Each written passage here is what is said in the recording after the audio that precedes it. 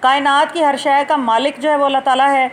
اللہ تعالیٰ نے انسان کو بنایا اور اپنی رضا کو اس کی نجات کا ذریعہ قرار دیا، یعنی اللہ تعالیٰ نے کہا کہ میری رضا میں جو راضی ہو جائے گا وہ نجات پائے گا۔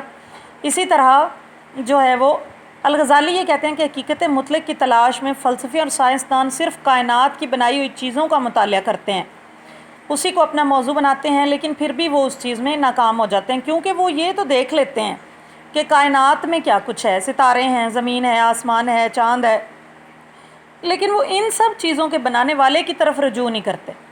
وہ یہ نہیں دیکھتے کہ ان سب چیزوں کو بھی تو آخر کسی نے بنایا ہے۔ تو وہ کہتے ہیں کہ سب سے بڑی حقیقت، سب سے بڑی جو ریئلٹی ہے وہ اللہ تعالیٰ کی ذات ہے، اس سے بڑی کوئی حقیقت نہیں ہے، اور پوری کائنات پر اللہ تعالیٰ کا جو اقتدار ہے، اتھارٹی ہے، وہ پھیلی ہوئی ہے۔ تصور علم کے حوالے سے اگر بات کی جائے تو وہ عقل کو علم حاصل کرنے کا سب سے بڑا ذریعہ سمجھتے ہیں۔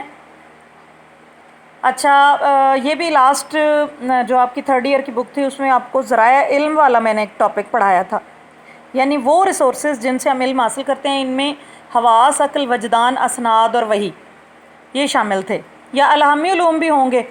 تو ان میں سے جو عقل ہے، یہ تصور علم ہے نا، مطلب علم کہاں سے حاصل کر رہے ہیں، علم کا ہمارا کانسیپٹ کیا ہے، تو وہ کہتے ہیں کہ عقل جو ہے وہ علم حاصل کرنے کا جو ہے وہ سب سے اہم ذریعہ ہے۔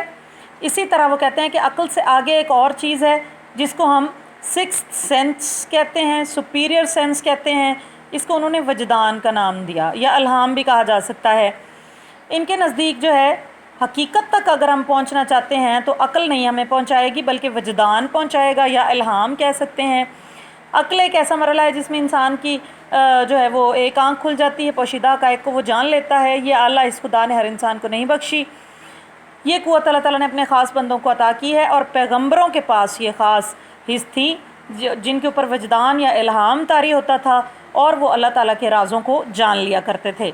تصور قدر یعنی اخلاقیات، قدریات کے حوالے سے اگر دیکھا جائے تو سب سے بڑی ویلیویبل بات جو ہے وہ اللہ کی رضا حاصل کرنا ہے۔ جب ہم اللہ کی رضا حاصل کریں گے تو ساری ویلیوز اس کے انڈر آ جائیں گی۔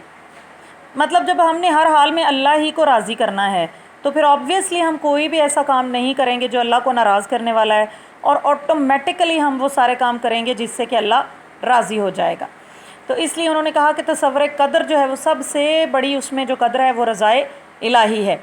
روحانیت وہ راستہ ہے جس پر چل کر انسان حقیقت تک پہنچتا ہے، ایمان کی پختگی کی منزل حاصل کرتا ہے، اور اسی طرح اس کی جو تربیت ایسی ہو جاتی ہے کہ وہ حیوانوں کے اوپر جو اس کی انسانی صفت ہے وہ غالب آ جاتی ہے۔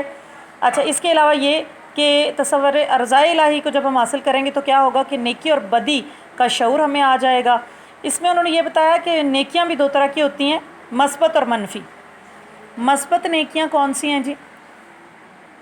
کہ انسان اچھے کام کرے، اور منفی نیکیوں کا مطلب ہے کہ برے اعمال سے گریز کرے۔ تو منفی نیکیوں کو انہوں نے زیادہ ویٹیج یا ورتھ دی ہے، کیونکہ نیکی کر لینا از سم تھنگ، لیکن برے کام سے اپنے آپ کو روکنا یہ زیادہ ڈیفیکلٹ میٹر ہے۔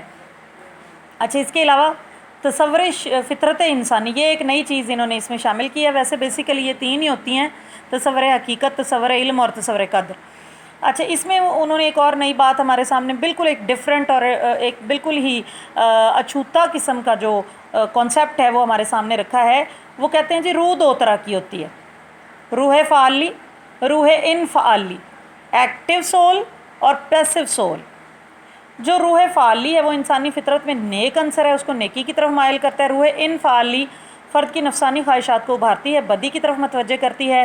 انسان کے اندر خیر اور شر دونوں طرح کی چیزیں موجود ہوتی ہیں، شیطان اور فلسفی دونوں چیزیں پائی جاتی ہیں۔ اب یہ اس پہ ہے کہ اس نے اللہ تعالیٰ کی تعلیمات کو جان کر نیکی کے راستے پر چلنا ہے، یا شیطان کے پیچھے لگ کر برائی کو اپنانا ہے۔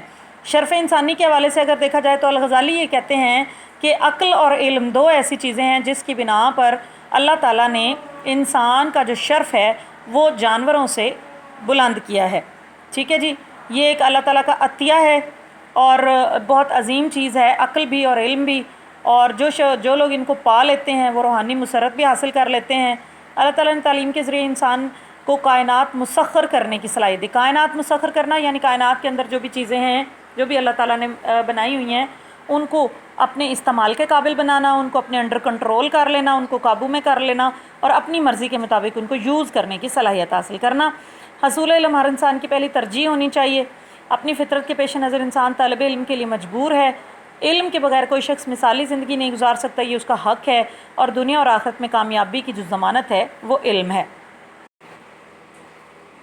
اچھا، یہ جو نیکسٹ ٹاپک ہے یہ ویسے آپ کے نیو سلیبس کے اکارڈنگ اس میں شامل نہیں ہے، لیکن پھر بھی ہم اس کا تھوڑا سا اوور ویو کریں گے، میں بھی آگے چل کر یہ کہیں نہ کہیں ایڈڈ ہو۔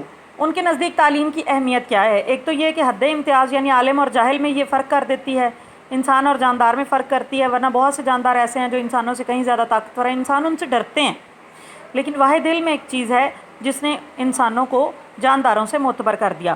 اس کے علاوہ ناگزیر ضرورت کا مطلب یہ ہے کہ علم حاصل کرنا انسان کی ناگزیر ضرورت ہے، یعنی اس کے بغیر اس کا گزارا ہی نہیں ہے، وہ چیزوں کو جب تک جانے گا نہیں ان کو یوز کیسے کرے گا؟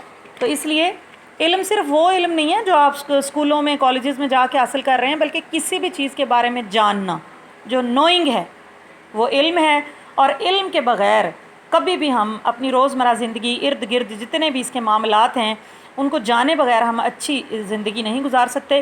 اس کے علاوہ انہوں نے یہ بھی کہا کہ علم حاصل کرنا انسان کا فطری تقاضا ہے، جیسا کہ اس کے لیے باقی چیزیں بیسکس کی حیثیت رکھتی ہیں، مطلب کھانا پینا، کپڑا وغیرہ، رہائش، اسی طرح علم حاصل کرنا بھی اس کا فطری تقاضا ہے، وہ چیزوں کو جانے بغیر رہ نہیں سکتا۔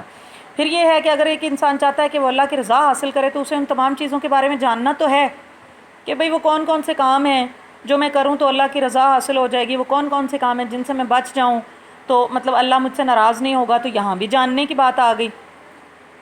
اس کے علاوہ یہ کہ علم جو ہے وہ متحرک حقیقت ہے، یعنی علم کبھی رکتا نہیں ہے، علم میں ٹھہراؤ نہیں ہے، علم میں ہمیشہ نئی نئی چیزیں آتی رہتی ہیں، پرانی چیزیں ریپلیس ہو جاتی ہیں، آئے دن کوئی نہ کوئی نئی بات، کوئی نہ کوئی نئی چیز۔ تو اگر ہم علم نہیں حاصل کریں گے تو ہم کیا ہوگا کہ ایک جگہ پہ رک جائیں گے، اسٹیگننٹ ہو جائیں گے، جیسا کہ پانی ٹھہر جاتا ہے اور وہ اس میں ایک گرین کلر کی وہ کائی سی لگ جاتی ہے۔ اس لیے علم متحرک حقیقت ہے، اس حقیقت کو ہم جھٹلا نہیں سکتے۔ اگر ہم آگے بڑھنا چاہتے ہیں، ترقی کرنا چاہتے ہیں تو ہمیں آئے دن جو بدلتے ہوئے تقاضے ہیں یا جو بدلتا ہوا علم ہے اس کو حاصل کرنا ہے۔ اس کے علاوہ انہوں نے یہ کہا کہ علم اور عمل یا ایمان اور علم جو ہے وہ دونوں ایک دوسرے پر ان کا انحصار ہے۔ ایمان آپ کا علم کے بغیر کبھی بھی مکمل نہیں ہو سکتا، آپ چیزوں کو جانیں گے ہی نہیں۔ بہت سے لوگ ہوتے ہیں نا لا علمی میں کچھ بھی کہہ دیتے ہیں، یہ ثواب ہے، یہ گناہ ہے، جبکہ ان کو پتہ نہیں ہوتا اس چیز کا۔ تو ایمان علم کے بغیر مکمل نہیں ہے، اور علم جو ہے وہ ایمان کے بغیر مکمل نہیں ہے، کیونکہ علم مطلب ہمیں وہاں تک لے کے جاتا ہے جہاں پہ ایمان کی آخری حد ہوتی ہے، تو دونوں کا ایک دوسرے پہ کے اوپر انحصار ہے۔ اس کے علاوہ یہ کہ دینی اور دنیاوی یا دنیاوی اور اخروی دونوں طرح کی جو کامیابی ہے اس کے لیے وہ کہتے ہیں کہ علم کا ہونا بہت ضروری ہے، علم کی بڑی اہمیت ہے۔ اگر ہمارے پاس صحیح چیزوں کا علم ہوگا تو ہماری دنیا بھی کامیاب ہو جائے گی، آخرت بھی کامیاب ہو جائے گی، لیکن اگر ہمارے پاس صحیح رہنمائی نہیں ہوگی، صحیح علم نہیں ہوگا تو ہماری دنیا اور دین یا آخرت دونوں خراب ہو جائیں گے۔ نیکسٹ ہے ہمارے پاس الغزالی کے مقاصد۔ یہ بھی آپ کے نیو سلیبس میں شامل نہیں ہے، لیکن ان کا بھی تھوڑا سا اوور ویو جو ہے وہ ہم کریں گے کہ وہ کہتے ہیں کہ تعلیم کیوں حاصل کرنی چاہیے، آخر اس کا مقصد کیا ہے، کیا وجہ ہے۔ فرسٹ آف آل خدا شناسی، یعنی اللہ کو پہچاننے کے لیے۔ جب اللہ کو پہچان لیا تو اگلا مقصد ہے رضا الہی، یعنی اللہ کو پہچان لیا ہے، اب ہم نے اس کی رضا حاصل کرنی ہے۔ تیسرا تعلیم کا مقصد یہ ہونا چاہیے کہ مسلمان جو ہیں ان کو اتنا ایجوکیٹ کر دیا جائے، اتنا سمجھا دیا جائے کہ وہ دنیا کی خلافت کے لیے تیار ہو جائیں، کیونکہ اللہ تعالیٰ نے انسان کو زمین پر اپنا نائب اور خلیفہ بنا کر بھیجا ہے، تو اللہ تعالیٰ جس طرح سے چاہتے ہیں کہ اس کا پیغام لوگوں تک پہنچایا جائے، یہ علم کے ذریعے اس کو خلافت عرضی کے لیے تیار کیا جاتا ہے۔ پھر یہ ہے کہ ہر ملک کا، ہر قوم کا ایک کلچر ہوتا ہے، ایک تہذیب ہوتی ہے جس سے وہ پہچانے جاتے ہیں، وہ ان کی شناخت ہوتی ہے، اور اگر ہم اس تہذیب کو محفوظ نہیں کریں گے وہ ختم ہو جائے گی اور ہماری پہچان بھی ختم ہو جائے گی۔ اس لیے تعلیم اس لیے بھی حاصل کرنی چاہیے کہ ہمارے پرانے بزرگوں کی جو کلچرل یا سویلائزیشن کی جو باتیں ہیں وہ اگلی نسل تک پہنچیں، پھر وہ آگے سے آگے کنٹینیوسلی چلتی رہیں۔ اس میں تعلیمات ہیں، روایات ہیں، عقائد، اخلاقیات، تاریخ یعنی ہسٹری، یہ سب تہذیب ہے، اور ہم یہی چاہیں گے کہ ہماری جو چیزیں ہیں وہ ہماری اگلی نسل بھی جانے۔ تو یہ تعلیم ہی وہ واحد ذریعہ ہے جس کے ذریعے تہذیب کا تحفظ بھی کیا جا سکتا ہے، اسے آگے بھی پہنچایا جا سکتا ہے۔ اگر تعلیم نہیں ہوگی تو تہذیب ایک دن ہوتے ہوتے ختم ہو جائے گی۔ اچھا، اس کے علاوہ ہے تعمیر کردار۔ یہ بھی آبویسلی ایک ایسی بات ہے کہ فرد کے کردار کی تعمیر کرنا، فرد کے اندر اچھی تمام خوبیاں خصوصیات لے کے آنا، وہ ایک اچھی معاشرتی زندگی گزارنے کے قابل ہو جائے، ایک اچھا انسان بن جائے، یہ تعلیم کا مقصد ہونا چاہیے۔ تکمیل حیات، یعنی یہ جیسے انہوں نے لکھا ہوا ہے کہ الغزالی کے نزدیک دنیا اور آخرت ایک ہی وحدت کے دو رخ ہیں، یعنی ایک چیز ہے لیکن سائیڈز اس کی دو ہیں، ایک دنیا ہے دوسری آخرت ہے۔ لیکن جو ویسٹرن کلچر ہے، جو انگریز ہیں، وہ اس چیز کو نہیں مانتے، وہ کہتے ہیں بس دنیا ہی ہے، آخرت کا کوئی کانسیپٹ نہیں ہے۔ تو تعلیم جو ہے وہ ہمیں بتاتی ہے کہ دنیا اور دین دونوں میں کیسے کامیاب ہونا ہے، دونوں کو کیسے اچھے طریقے سے اویل کرنا ہے، دنیا میں بھی اچھے انداز میں رہنا ہے، آخرت میں بھی، اور یہ ساری چیزیں جو ہیں تعلیم کی بنا پر ہیں۔ اس کے علاوہ تسخیر کائنات، یہ ابھی تھوڑی دیر پہلے میں نے آپ کو بتایا کہ تعلیم کیوں حاصل کرنی چاہیے، تاکہ کائنات کے اندر اللہ تعالیٰ نے جو راز چھپائے ہوئے ہیں، جو چیزیں رکھی ہوئی ہیں، ان سے پردہ اٹھایا جائے، علوم و فنون کی نئی جو راہیں ہیں وہ ہم پر کھل جائیں، اور ہمیں نئی چیزوں کا پتہ چلے، جس سے کہ ہم اپنی زندگی کو سہل بنا سکیں، فیسیلیٹیٹ کر سکیں۔ آخرت کی تیاری، اب یہ جو اسلامی تعلیم ہے یہ فرد کو اس قابل بناتی ہے کہ نہ صرف دنیا میں وہ ایک اچھی اور کامیاب زندگی گزارے، بلکہ اس تعلیم کا مقصد یہ بھی ہے کہ فرد آخرت میں بھی کامیاب ہو جائے، وہ تمام چیزیں سیکھ لے جس سے دنیا اور آخرت دونوں کی اس کی بھلائی ہو جائے، دونوں میں وہ کامیاب ہو جائے اور دونوں کے لیے فائدہ مند ہو۔ اس کے علاوہ جو تعلیم ہے وہ الغزالی کہتے ہیں کہ تعلیم کا مقصد یہ ہونا چاہیے کہ فرد کی تمام پہلوؤں کی نشوونما ہو جائے۔ اب یہ تمام پہلو کون سے ہیں جی؟ روحانی، اخلاقی، معاشی، معاشرتی اور تمدنی پہلو، اور بھی ہیں لیکن اس میں چند مین پہلوؤں کی بات کی گئی ہے۔ شہریوں کے حقوق و فرائض کو جاننا، اچھی جو تربیت ہے اس کا ہونا، ذہنی صلاحیتوں کی نشوونما، فرد کے اندر بصیرت یعنی سمجھ بوجھ پیدا کرنا، یہ سب چیزیں جو ہیں یہ تعلیم کا مقصد ہے۔ اور تعلیم فرد کے کسی ایک پہلو کے اوپر فوکس نہیں کرتی، بلکہ اس کی متوازن نشوونما کرتی ہے، اس کے تمام پہلوؤں کے اوپر فوکس کرتی ہے۔ اس کے علاوہ جی اسلامی اقدار کا فروغ، تو الغزالی یہ بھی چاہتے ہیں کہ تعلیم کا مقصد یہ بھی ہونا چاہیے کہ اسلام کی جو اقدار ہیں، ویلیوز ہیں، پسندیدہ باتیں ہیں، وہ پھیلیں، وہ اس کی پبلیکیشن ہو، وہ پھیلیں، اور یہ تعلیم کا ایک اہم مقصد ہونا چاہیے۔ اسلام ایسے معاشرے کی تشکیل کی خواہش مند ہے جس میں انفرادی اور اجتماعی طور پر اسلامی تہذیب اور اقدار جو ہیں وہ ہمیں نظر آئیں۔ اس کے علاوہ اسلامی تعلیم کے ذریعے فرد کے اندر یا معاشرے میں توحید، رسالت، انصاف، رواداری، مساوات، عفو یعنی وعدہ وفا کرنا، ایفائے عہد، اور یہ عفو کا مطلب معاف کر دینا ہے، اخوت جیسی اسلامی اقدار ہمیں نظر آئیں۔ اور یہ کیسے ہوگا؟ یہ تعلیم کی وجہ سے ہوگا۔ تعلیم کی بنا پر یہ کام سارے کے سارے ہم کرنے کے قابل ہو جائیں گے۔ اور اس کے بعد آ جاتا ہے جی الغزالی کا تصور نصاب، جو کہ یہاں پہ یہ ہے، ہمارے سلیبس میں موجود ہے، اس کو ہم ڈیٹیل سے دیکھیں گے۔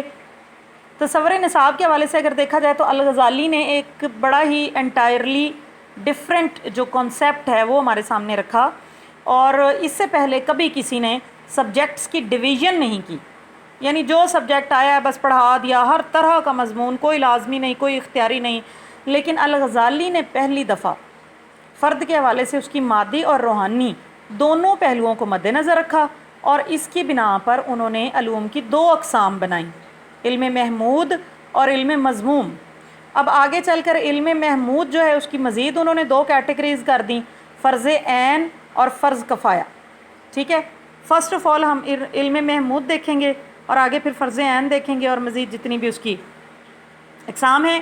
علم محمود جیسا کہ نام سے ظاہر ہے تو یہ پسندیدہ علوم ہیں، انسانی فلاح یعنی فائدے کے ضامن ہیں، دینی دنیاوی دونوں لحاظ سے یہ ہمارے لیے فائدہ مند ہے۔ اس میں قرآن، حدیث، فقہ، طب، انجینئرنگ، یہ دیکھیں طب اور انجینئرنگ دنیاوی ہیں، قرآن، حدیث، فقہ دینی ہیں، لیکن یہ سب پسندیدہ ہیں، اچھے علوم ہیں، ان کو حاصل کرنا چاہیے۔ الغزالی نے علم محمود کو معرفت الہی کا ذریعہ قرار دیا، یعنی پسندیدہ علوم ہم حاصل کریں گے تو اللہ کا تعارف حاصل کریں گے قرآن سے، حدیث سے، فقہ کے ذریعے۔ اسی طرح انہوں نے یہ کہا کہ اس کے لیے عمر کی کوئی قید نہیں، یہ جبھی بھی حاصل کیے جا سکتے ہیں۔ اس کا اصل مقصد اللہ کی رضا حاصل کرنا ہے، اور جو شخص اس علم کو اسی مقصد کے لیے حاصل کرے کہ وہ اللہ کی رضا حاصل کرے تو وہ علم محمود ہوگا۔ علم محمود کے حوالے سے جیسا میں نے آپ کو بتایا فرض عین ہے اور آگے چل کر فرض کفایہ ہے۔ تو فرض عین کیا چیز ہے؟ فرض عین جو ہیں وہ کمپلسری سبجیکٹس ہیں، لازمی مضامین، یہ وہ سبجیکٹس ہیں جن کو ہر حال میں ہم نے جاننا ہے، یہ دینی علوم ہیں اور یہ ہماری بیسکس ہیں، ان کو جانے بغیر ہم اپنی زندگی کو آگے لے کر چل ہی نہیں سکتے۔ اس میں قرآن، حدیث، فقہ شامل ہیں۔ فرض عین میں وہ علوم شامل ہیں جن کا اسلام سے تعلق ہے، ان کے بنیادی ارکان اور عقائد سے، اس کا جاننا ہر ایک کے اوپر فرض ہے۔ اس لیے وہ کہتے ہیں کہ دینی مسائل سے انسان کا واسطہ تمام عمر پڑتا ہے، اس لیے ان علوم کو جاننا ہمارے لیے بہت زیادہ ضروری ہے۔ فرض عین کی آگے انہوں نے 4 اقسام بتائی ہیں، یہ تھوڑا سا دھیان سے آپ نے پڑھنا ہے اور یہ امپورٹنٹ بھی ہے، یہ موسٹلی آ جاتا ہوتا ہے۔ علم الاصول، علم فروع، علم المقدمات اور علم المتممات، یہ تمام سے نکلا ہے یہ لفظ، یعنی کسی چیز کو اینڈ کر دینا، کمپلیمنٹری، کمپلیٹ کرنے والا، ٹھیک ہے جی۔ اچھا، علم الاصول میں اگر دیکھا جائے تو اس میں دین کے حوالے سے بیسکس ہیں، بنیادی علوم، قرآن، حدیث اور اجماع۔ علم الفروع میں ذیلی یعنی ان مین علوم کے سب علوم، یہ مین ہے، یہ سب ہیں، ان میں اخلاقیات، بشریات اور علم وراثت ہیں، کیونکہ اجماع میں زیادہ تر اس طرح کی یہ وراثت کے حوالے سے چیزیں آ جاتی ہیں۔ علم المقدمات جو ہیں وہ معاون علوم ہیں، یعنی ایک بیسکس ہیں، ایک دوسرے ان کو سمجھنے کے لیے ہیں، اور باقی جو ان کی مزید ہیلپ کر رہے ہیں اس میں زبان، ادب اور لغت نویسی یعنی ڈکشنری جیسے جو مضامین ہیں وہ شامل ہو جاتے ہیں۔ اور علم المتممات جو ہیں یہ تکمیلی علوم ہیں، یعنی یہ کسی بھی چیز کے بارے میں جب ہم جان رہے ہیں تو اس کو اینڈ کر دیتے ہیں۔ اس میں قرت، تفسیر اور اسماء الرجال ہیں۔ اسماء الرجال بیٹا وہ لوگ ہیں، ان لوگوں کے نام، رجال رجل سے نکلا، اس کا مطلب آدمی ہے، اسماء نام ہے، یعنی ان لوگوں کے نام جنہوں نے احادیث کو اکٹھا کرنے کے حوالے سے بڑے لمبے لمبے سفر کیے، بڑی محنت کی اور صحیح احادیث جو ہیں وہ ڈھونڈ کے وہ لائے۔ ان لوگوں کے لیے یہ پورا ایک سبجیکٹ ہے، پورا ایک یہ علم ہے جس کو جانا جاتا ہے۔ وہ لوگ جنہوں نے اس حوالے سے کام کیا، یہ سبجیکٹ ہے اسماء الرجال، ٹھیک ہے۔ فرض کفایہ کو انشاءاللہ اگلے لیکچر میں ہم ڈسکس کریں گے۔